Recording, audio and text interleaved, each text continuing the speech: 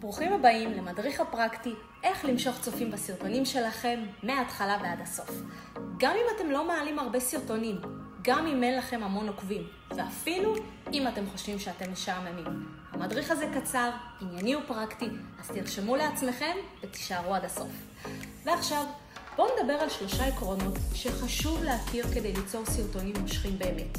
עיקרון ראשון, voice over. מה באמת מקבלים כשאתם עושים voice over? כשאתם מספרים את הסיפור שלכם בקול, אתם נותנים לסרטון נשמה ואותנטיות. זה מחבר את הצופה אליכם ומזמין אותו להישאר, לצפות עד הסוף. לדוגמה, בסרטון שאני צילמתי בבית קפה, פשוט אמרתי, בואו תגלו איפה אכלתי את קוביית הפטיסייר הכי טעימה שטעמתי בחיים שלי.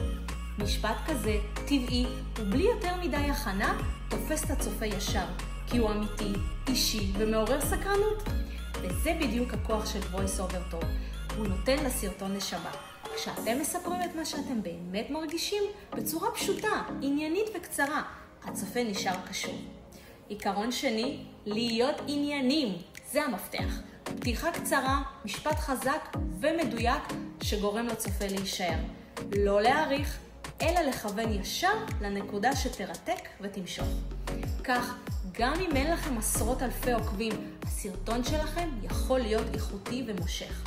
עיקרון שלישי, איזה ערך יש לסרטון? הערך הוא המלצה אישית, חוויה אמיתית או מידע שימושי שהצופה יכול לקחת איתו. כשהסרטון נותן ערך אמיתי, אנשים לא רק צופים, הם חוזרים לעוד. אז עכשיו, כשאתם יודעים את העקרונות האלה, השלב הבא הוא להפוך אותם לכלי שיבנה לכם קהילה אמיתית ויביא לכם לקוחות.